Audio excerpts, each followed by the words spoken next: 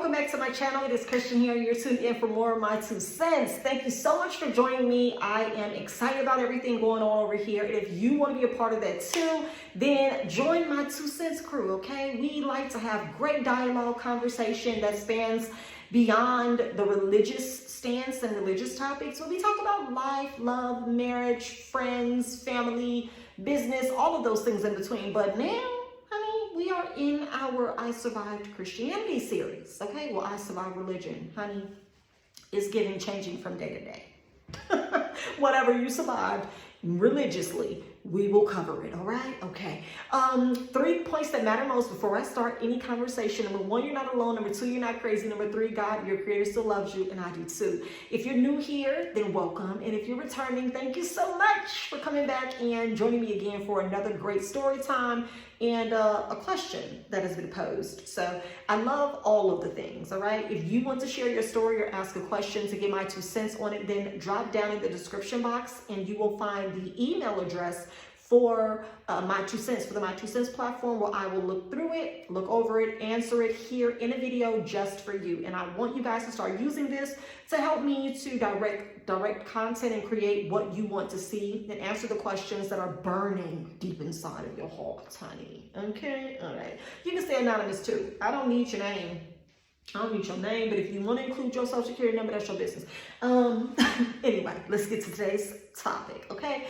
Here we have Christianity is ruining my marriage. Ooh, okay. All right, this is going to be good, and y'all gonna find out why it's good. Stay tuned, okay? I got myself into a mess, he says. My wife and I dated for 7 years before we married. She was a casual Christian for most of the time, and I was too. We didn't go to church or talk about it. I became more and more skeptical, but figured I'd grow towards Christianity. I was wrong. When we got engaged, we talked to a pastor about marriage. At this point, I was pretty atheist, but figured this was just something I'd have to get through to get married. My family is Christian, and coming out as an atheist didn't seem like an option. My fiance was becoming more and more religious during our engagement. I guess I got wrapped up in the wedding planning, honeymoon planning, and spending the rest of my life with the woman I love more than anything in the world. I didn't realize what an impact religion was going to have on our relationship. I stayed in the closet as an atheist. Now, isn't it amazing how this person is referring to being an atheist as if though they are indeed in the closet, the way that we hear, people from the LGBTQ plus IA community saying that they are. And it's just so sad that with these stories on religion, people really be feeling like coming out is going to end their relationship with their family members. And it is. It really do be out here ruining whole family units. And this is how you know that it's giving very much cult. Because when you make a decision for your life spiritually, nobody else should be bothered by that. If you're not trying to force them like they be trying to force other people to convert, there should be no problem. You're not trying to make them an atheist, so why do they have to disassociate with you because you no longer believe what they believe? But let's move forward with the story.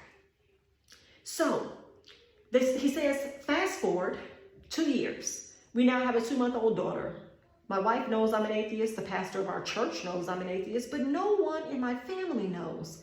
I do not want to go to church. I do not want my daughter to be indoctrinated. Most of all, I do not want to lose my wife and daughter.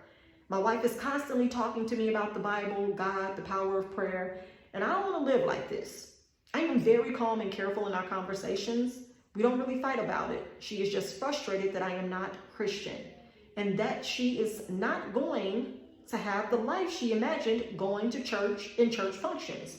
I don't see any way to make us both happy unless I just pretend and go through the motions. I don't think I can do that. I guess the frustrating thing is that she made such a drastic change after we were engaged. What should I do? Well, I'm not here to tell people what to do with their marriages, so we're definitely not throwing the D word on the table or the S word, separation, or the final countdown, okay? We're not telling you to do that because of religion. But what I will say, which is very intricate here, and 2 points that definitely jump out to me is that in the beginning, you guys were both casual Christians, right? you all attended, but you guys weren't really involved. You guys attended, but there were still like some open elements of your understanding and your knowledge and your beliefs. Now, where this shifts and changes is because you went in a different direction with your casual religion, affiliation, and she went in a different aspect. You stopped believing completely, and sis got deeper into the cave, okay? She was like, come on. It was giving Dora, all right? She went on her Dora the Explorer mission and decided she was going all in, boots included. You was like, no, thank you, swiper, no swiping. I'm going back to the woods with my bandana across my eyes. You didn't want no parts of it. And now we're here. Now we're here on YouTube discussing you. What are we going to do? What are we going to do? I think the most important factor is I love what he said when he said that he did not want his daughter to be indoctrinated. That is the most important factor here, is that you don't let the little baby lamb be indoctrinated without consent to what is being taught or understanding.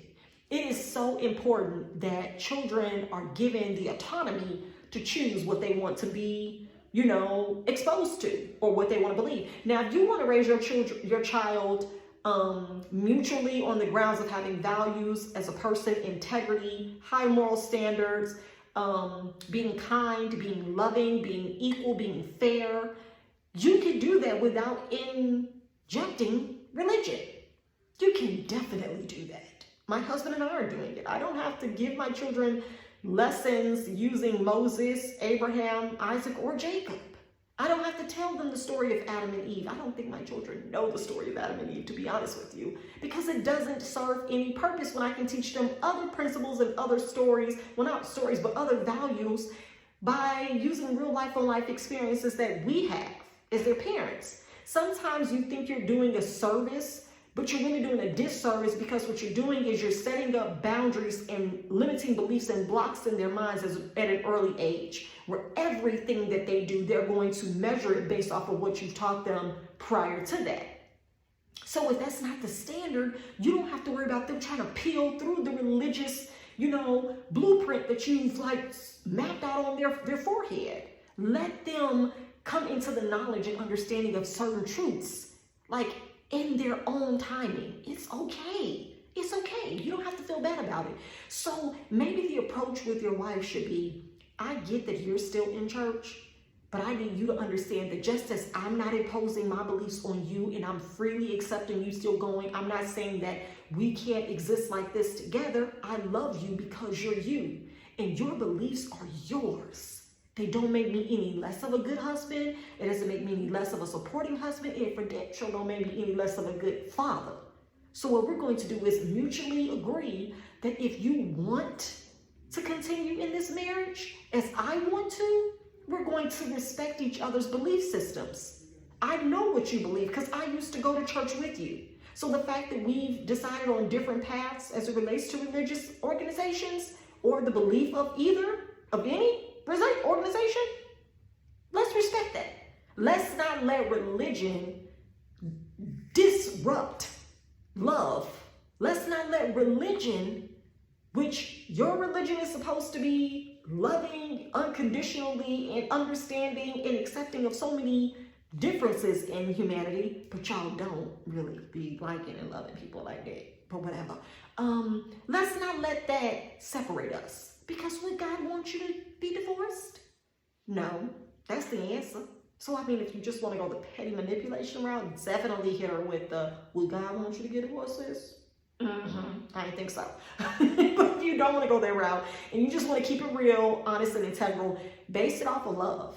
Just like you love her and respect her choice to still be in church, let her see that you support that, and all you want in return is that same respect and that same support. You guys never have to impose your beliefs on each other.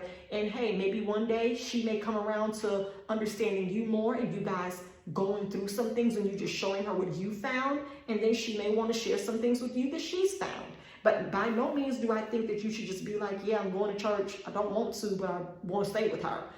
That's not fair. At that point, that's not compromise. That's literally just being converted all over again. That's what a lot of people are in church doing right now. They're there because somebody twisted their arm, somebody gave them an ultimatum, somebody told them something, they believed a little bit of it. All right, I guess I'll go. I guess I'll show up on holidays. I guess I'll go on Mother's Day. I guess I'll go for Thanksgiving. I guess I'll go for Easter Sunday.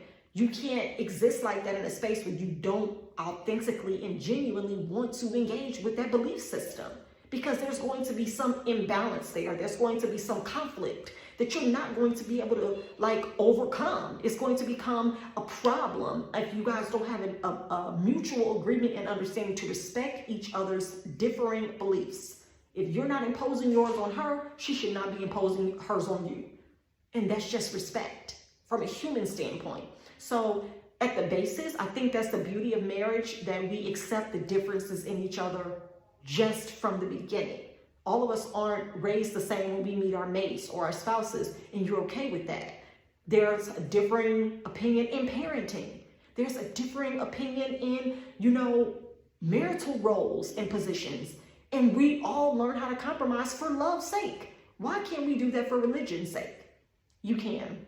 So present that as, a solution and a compromise, and hopefully that works out for you and it's for the better, and your marriage will, be happier and thrive for it. And you all may need to see a counselor and go through, some kind of, relationship counseling to reach a happy medium, because I don't think that your marriage should be dissolved because of a belief.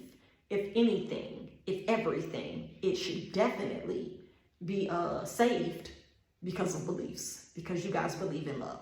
All right? Okay. If you guys have enjoyed this video, then go ahead, like it and subscribe to the channel. I would love to add you to my 2 cents crew. If you have a story or question or anything you would like to share and you want me to make a video about it and give my 2 cents, then drop down in the description box, visit the email account and share your story. Ask your question, and then stick around for the video to follow. Okay? All right. I will see you guys in the next one. Take care. Bye.